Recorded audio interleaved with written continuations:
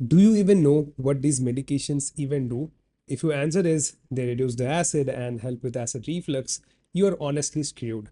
Because my doctor told me, hey Ali, you need to be on this medication forever to control your acid, to control your acid reflux, GERD, LPR, and all the issues you're dealing with. And I believed that and I followed that for solid 10 years. And I ended up in a very, very bad place. So if you're following that path, you will end up like me with a ton of gut issues, a ton of mental health issues because of now, if you want to stop these medications, you can't because you're kind of hooked and kind of addicted to them. So that's what we are gonna cover in this video.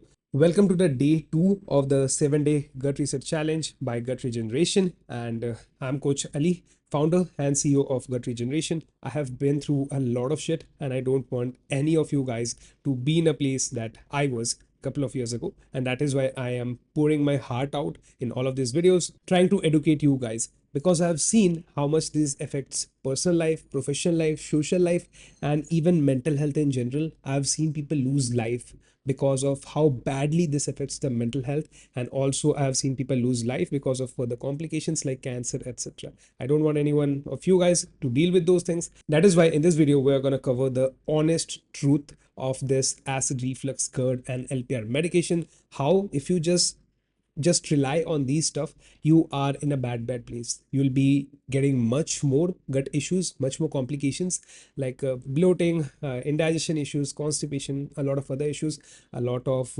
other side effects like weak bones, mental health issues, including it starts often with like brain fog, fatigue, lethargy, and it boils into a lot of other mental health issues, even Alzheimer's and stuff. So that's what we're going to cover today, like what PPI does and doesn't fix. We'll cover a lot of other these stuff and what you can do about it, how you can get out of it. We'll have all the actionable steps in this video. So I want to start off with this text that I kind of received from one of my clients. What happened is he was on omeprazole and a bunch of other PPI and H2 blockers like famotidine, etc.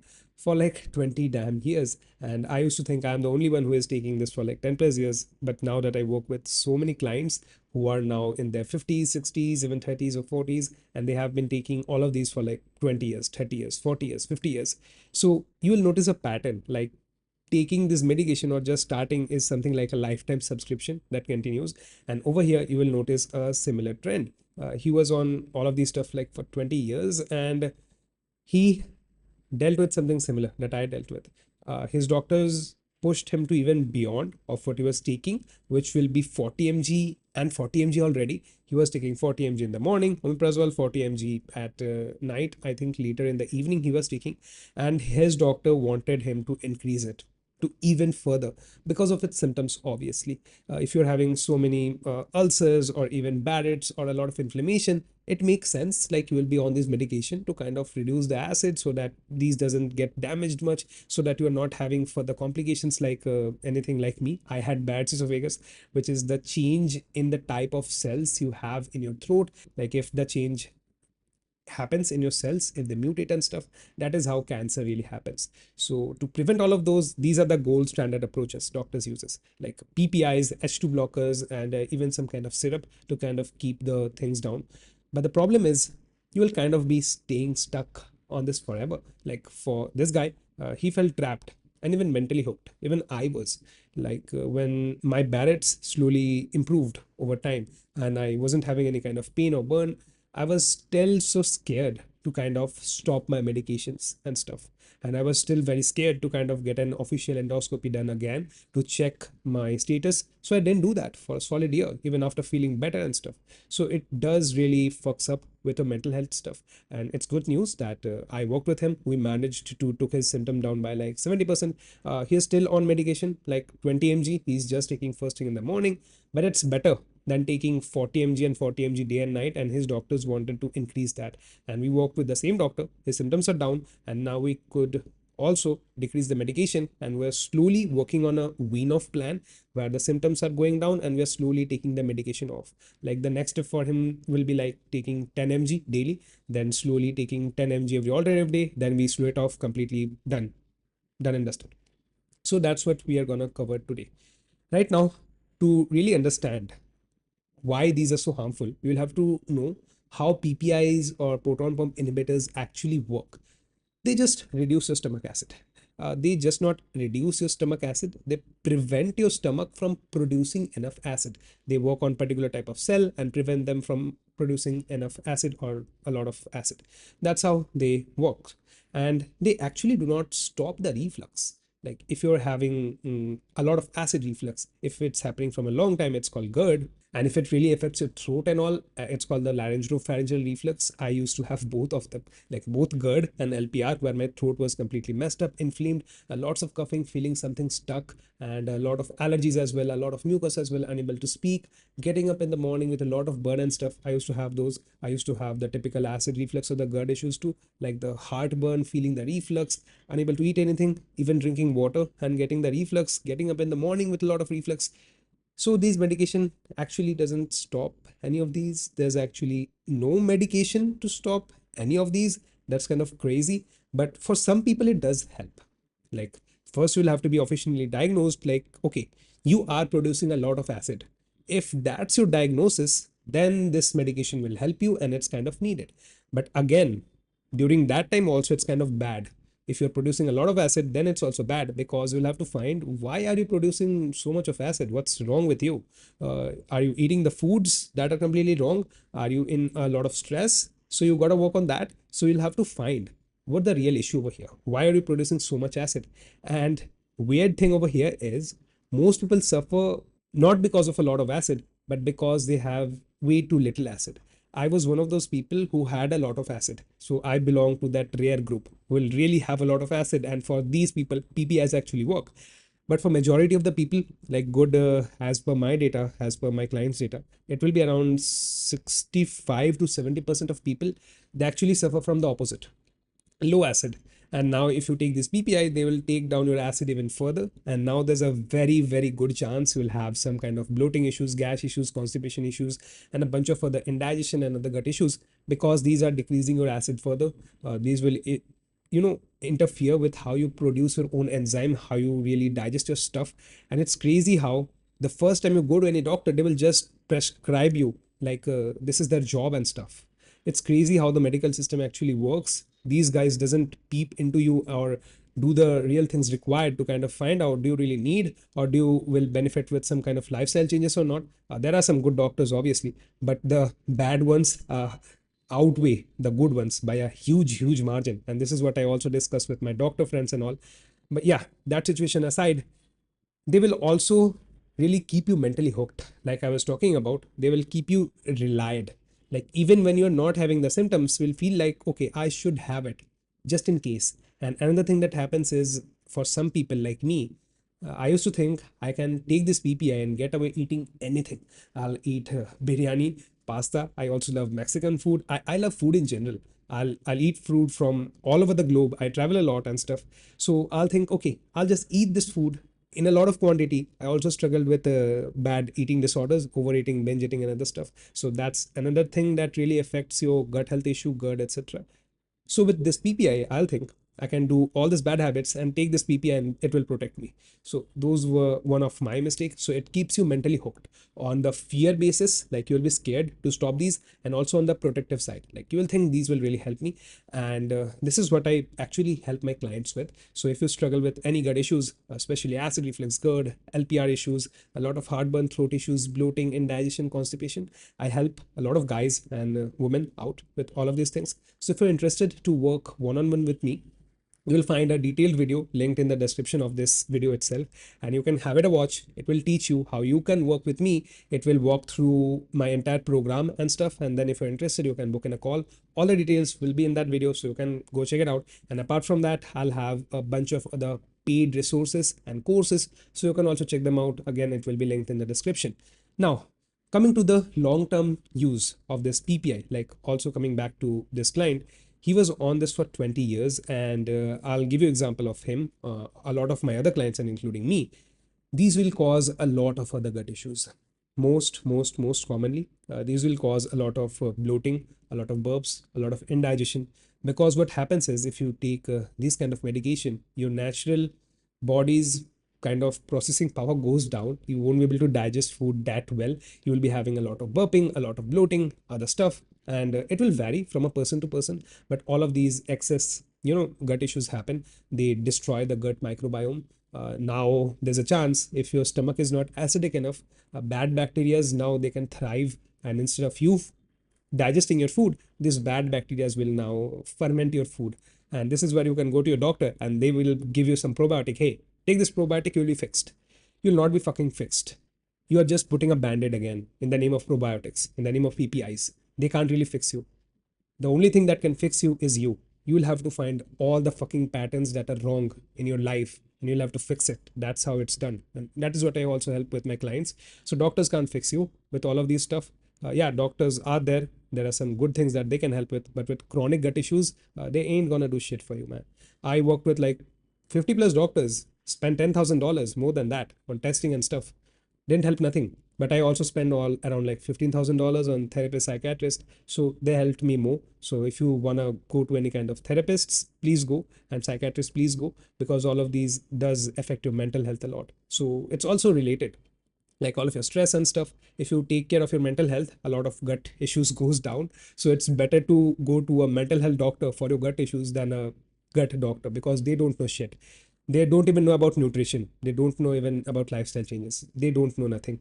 And yeah, I used to go to doctors and there will be this fucking bloated doctor who will tell me, okay, you will have to stop going to the gym. You'll have to take this PPI for life. Dude, you are bloated yourself. You probably have a lot of bad bacteria in your gut. Don't teach me what to do, what to not. I obviously didn't argue back then, but I was in so much pain. I didn't even argue. I just followed whatever he said and I was in a bad place. So yeah, these PPI stuff will do a lot of damage, but again, you can't stop it. Obviously, because if you stop it suddenly, you will have a acid rebound effect. Now you'll have a lot more acid. Please follow something like this or talk to your doctor. Like, I want to stop it. Please help me with something. Work with someone that can help you. The best person to help you will be me. But if you want to go with someone else, work on your lifestyle, work on your diet and other things, all the things that are holding you back. Make your symptoms go down little by little, 1% daily, 2% daily, make it go down, slowly taper off the medicine. That's how you can get off of the medicine. You can't stop it immediately. So yeah, and a lot of more other issues these PPI do, a lot of other side effects. Like you'll have weak bones. I had fucking weak bones. I tried to save this kid. I was in my motorcycle and another in my normal regular bike. And I put the brake too hard and not too hard, and both of my wrists got fractured one by one, and it took years to fix it, around 3 to 5 years. I couldn't fix it until I got off this medication. So now think of yourself, if you continue this path for like 10 fucking years, where will you be? You'll be probably right now, if you're in your 20s or 30s, you will now be in your 40s, 50s, 60s. And now imagine how hard will that be to get out of it. You'll probably have a lot of weak bones, a weak body, weak mental health, even get cancer and stuff. That's scary. So please try to learn whatever I'm teaching, and we'll be also getting to the action steps, like what you can realistically do. So please apply any of those and really fix your life. You'll have more resources in the description down below, like my paid courses, my paid stuff, my paid tools, and also my one-on-one coaching if you want to join. So please take some fucking action. Over here, now coming back to these stuff, those are there. It causes a lot of mental health issues in people who got the Alzheimer genes. These kind of medication makes it much worse. So it's part genetic, part epigenetics. I talked about this in my last video, day 1 of the gut health challenge. You will find a full playlist in the description down below. So if you want to follow it one by one, you can, but these videos are standalone good as well. So you might as well finish this video and then go ahead and check out the entire playlist where I'll have the entire 7-day gut reset challenge. Okay. So now coming to the other stuff, they do a lot of bad stuff. Other stuff which will be Tums, antacids. In India, you'll have Gelocil and stuff. In UK, you'll have Gaviscon and stuff, and other places like Reflux, Raft and stuff. Some of them are good, and I'll tell you which one are bad. Any of those who just decrease the stomach acid, they're kind of bad, because they do a dependency kind of loop, because they do give you relief from heartburn, maybe some of the throat issues you're having, maybe it's too much pain and you're unable to work because of the heartburn. It will give you the relief, and it's kind of emergency fire extinguisher that you do need. But these cause again the same dependency loop that happens with these PPI. Now you'll think I can do all these bad habits and get away with it because I have this Tums, trusty little Tum. It will coat my esophagus, cool it down, and now I'm fine. You're not fucking fine. You're fucked for life if you continue that loop. So you can't get to that dependency loop. And the reason why I am like so angry or even passionate about this, because I did this for 5 to 10 years, and I felt the damage firsthand. I was in so much pain, I didn't wanted to live. It was so bad. And now when I get DMs from people who are in the similar situation like me, that is what pushes me to create content like this. So if you are enjoying, if you're learning, please share this video. Please spread it to the world, maybe to your family, to your colleagues, friends, husband, wife, friends. Please do your due diligence. Now, that is the dependency loop that we have. And another thing that they do is the same thing. Now, if you extinguish your acid, you're not having enough acid. Now you'll have bloating, gas, burps, other stuff. Now, if you're burping, if you're bloated, all of this pressure will cause more acid reflux. Now things are moving up even further. These terms will extinguish it for now, but after like few hours, you're getting more symptoms. So that's what happens. Then again, you'll again pop in a term. And this cycle continues for life until you get something like catastrophic, like cancer or mental health issues. Then you really try to fix things. So might as well fix things now, not let them go that bad. So yeah, those are there. Other thing that I told you really helps, alginates. These are alginated stuff. It's natural. It founds in nature, probably in algae or something. There's two versions. One alginates, that's called sodium alginate, and there is alginic acid. Both of them are similar thing. They will be present in Gaviscon. They will be present in Reflux Raft. They will be present in Reflux Gourmet and other these kind of similar syrups and all. They create something like a gel-like structure or barrier-like structure on the top of your stomach. They prevents the reflux. Obviously, not prevent. If you eat like shit and you overeat and you eat bad stuff, you eat stuff that is good, not good for your reflux. Obviously, they won't do nothing. But in general, if those things are in place, this will help you like prevent the reflux to like good margin. How you take it is simple. You take it like 5 to 10 ml, or at least like a 1 teaspoon or half teaspoon after your meals or before sleeping. This is the only thing that legitimately helps. Apart from it, there are few more stuff like slippery elm. You can do it at night. Those things helps a lot. And coming about more things like betaine HCl, like you will connect the dots now. I was talking about how it's more about having less stomach acid. So you'll think, hey, let's add betaine HCl or apple cider vinegar. They will sure acidify your stomach. Fuck no. They will damage it even further.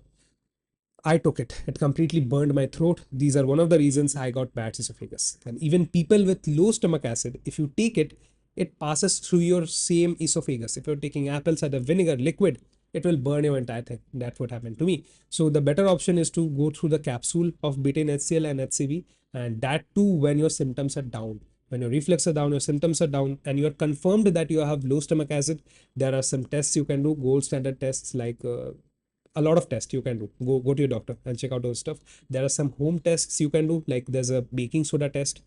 Just go to my Instagram. There are reels that talks about it, and do that, and you will find if you have low stomach acid or not. But again, with that, you can't do that if you're constantly taking Tums or PPI, because even if you, let's imagine if you are dealing with high stomach acid like me, and if you take this, now you'll have low stomach acid, and now if you do the test, you'll find out you have low stomach acid, but in reality you're having high stomach acid. So imagine how fucked up that is if you don't know what to do and how to do. So first, decrease your symptoms, try to get off of this PPI, and then you can go ahead and do the test to see if you have low stomach acid. Then you proceed to acidify your stomach. That's how it's fixed. And probiotics also only work when the root cause is clear. General broad spectrum prebiotics are shit. Companies just want to loot you of your money. If there is a good, really, really good doctor who knows what he's doing, he will recommend you a particular strain that you are missing. That's how it works. And those prebiotic protocols are fucking expensive because it's live bacteria. If you're buying some like $50 worth of supplements and thinking these are prebiotics, they are not going to be alive by the time it reaches your gut, or they're not going to be alive even like in shelf life. These have a very, very small shelf life. We're talking about weeks. That's it. That's why probiotics only work when it's given by a really good doctor, knowledgeable doctor who knows what strains that will help you. So that's when probiotics kind of work. Yeah, so those are the things. These are like the common supplements that kind of doesn't work, puts you in a worse place than before. And it's how also the most of the treatments kind of fail. You can go ahead and do any kind of treatment. I guarantee none will work for you, because unless you work on the things that are holding you back, every treatment will fail. Unless you're working on your core habits that are holding you back, every treatment will fail. So you'll have to audit yourself. I'll go over an action step that will help you audit yourself. So yeah, that's kind of the thing. and also general suggestions. The reason is again quite simple. Like a lot of people will say, hey, if you're having acid reflux, take a banana, take some Tums, or drink apple cider vinegar. Those are terrible advices. I'll go over them one by one. Let's say if you eat a banana and if the banana is too ripe, that thing is now too high in sugar. And this thing will now trigger more acid reflux. Or maybe you're allergic to banana. Now, this will cause more issues. Before hearing any suggestions, you'll have to personalize it for you. You'll have to really understand what's happening to you, and then only you can take any suggestion. Same goes for diet. A lot of people think a healthy diet is good. If you're eating healthy, nothing outside that will fix your gut issues. No, it's very personalized. For every person, the diet will vary. What's your culture? What you need? Are you a man or a woman? What kind of height you got? What's your weight? What's the stage of your gut health issues? What kind of particular vitamin, mineral, protein, kind of fats you need? So it's like very, very important. And in this gut health, gut reset challenge, I will talk about this diet in particular. So do drop a subscribe and stay tuned, because in the coming days, those will be up. And if you're watching it like a later date, you will already find this video in the playlist. I'll link the playlist in the description down below. So we'll talk about diet later. And these are all the whys. Now talking about the action steps, what you can do. I'll give you the exact action steps that I give to my clients who pay me thousands of dollars, and you can just apply it for free. Number one action step is notebook. Have a notebook. I talked about this in all of my videos. If you haven't already made a notebook for yourself, you are fucked. You don't want to take any action. Please build a notebook and audit your diet and habits. Find out all the habits, all the things that you're eating that are giving you issues. And if those habits and those diets are something you love, you'll have to find out. Do you want to keep doing things that you love that are giving you issues, or you want to stop them and live a life, or at least stay alive? Because at this rate, you're going to fucking die. Because that's what was going to happen to me. If I continued that path, I was like guaranteed to have cancer. I already got Barrett's. If I continued with all the bad habits, that was what going to happen. So please audit your diet and all the bad habits you do. This can be smoking, alcohol, eating a lot, eating food that doesn't suit you, or even hanging out with people who kind of puts you in a position where you do these habits. It can be alcohol, it can be eating bad food, it can be anything. So please audit your diet and habits. You will know a lot. So start there, implementing and taking those changes. And after that, this same auditing will help you find your own triggers. Like the trigger can even be you thinking about your symptoms. The trigger can be eating a particular thing. The trigger can be missing a meal. The trigger can be anything. And only your audit will help you. I help my clients with the same thing, but you can do it yourself too. But if you want to work with me, you'll find all the details in the description down below. And few things that help a lot is like keep a 3-hour gap. Make your meals kind of light. Make sure your meals have lean protein, good quality fats, good quality fiber. That's all you need. And then fill your plate with some good quality, let's say, complex carbohydrate like quinoa and oats, those kind of stuff, or even hemp seeds, those kind of stuff. And after all of these things, you'll have to do some kind of strategic supplementation. Go do some blood work, find out which vitamin minerals you lack. Mostly you will lack B vitamins, vitamin D and stuff. So those are a good place to start. For vitamin D, always make sure to combine that with vitamin K2. So work on those stuff. And yeah, and you'll also have to monitor your sleep. How good or bad is your sleep? How quality sleep you get? All of those things you'll have to work on. And later you'll have to work on a wean off strategy for this PPI and medication. Because if you continue on this medications, you are never gonna fix your gut issues. You will have to slowly work on your gut issues and meanwhile decrease this medication so that you can get off of it. And this was the day 2, the honest truth for acid reflux, GERD, and LPR medications. And now what I'll do is I'll let you know more about how this gut reset program works. This is a series of videos. The next day 3 to day 7, all of those videos will be in the playlist form, will be in the description. If you're watching it a later day, or if you're following it live, it will be uploaded by the next day or the day after that. So those will be there, and we'll cover a lot more about our nervous system, our mental health, our diet and patterns, all the things that I talked about in this video in much more detail, because nervous system affects a lot. If you're in a flight or fight mode, always scared, always afraid, overthinking, negative thinking, all of these affects the gut issues a lot. May it be bloating, acid reflux, IBS, IBD, any of those stuff. Nervous system is a key area. I also help my clients with all of these, but I'll include some protocols in this gut reset program. Diet is another thing that we'll work on. I'll give you a exact sample diet that you can follow, the principle that you can follow, and then you can build your diet based on what kind of culture you belong to. Maybe Asian, maybe South Asian, maybe let's say continental, maybe American, whatever that you have. Anything can be customized to be more gut friendly, more acid reflux, GERD, LPR, IBS, bloating, this kind of friendly. It can be done. And also we'll talk about the patterns in much more. They are the lifestyle patterns, like the people we hang around with, and all of these stuff will be covered in this gut health challenge 7 day. Do drop a subscribe, like this video, drop your comments, and you will find me in the next video over here.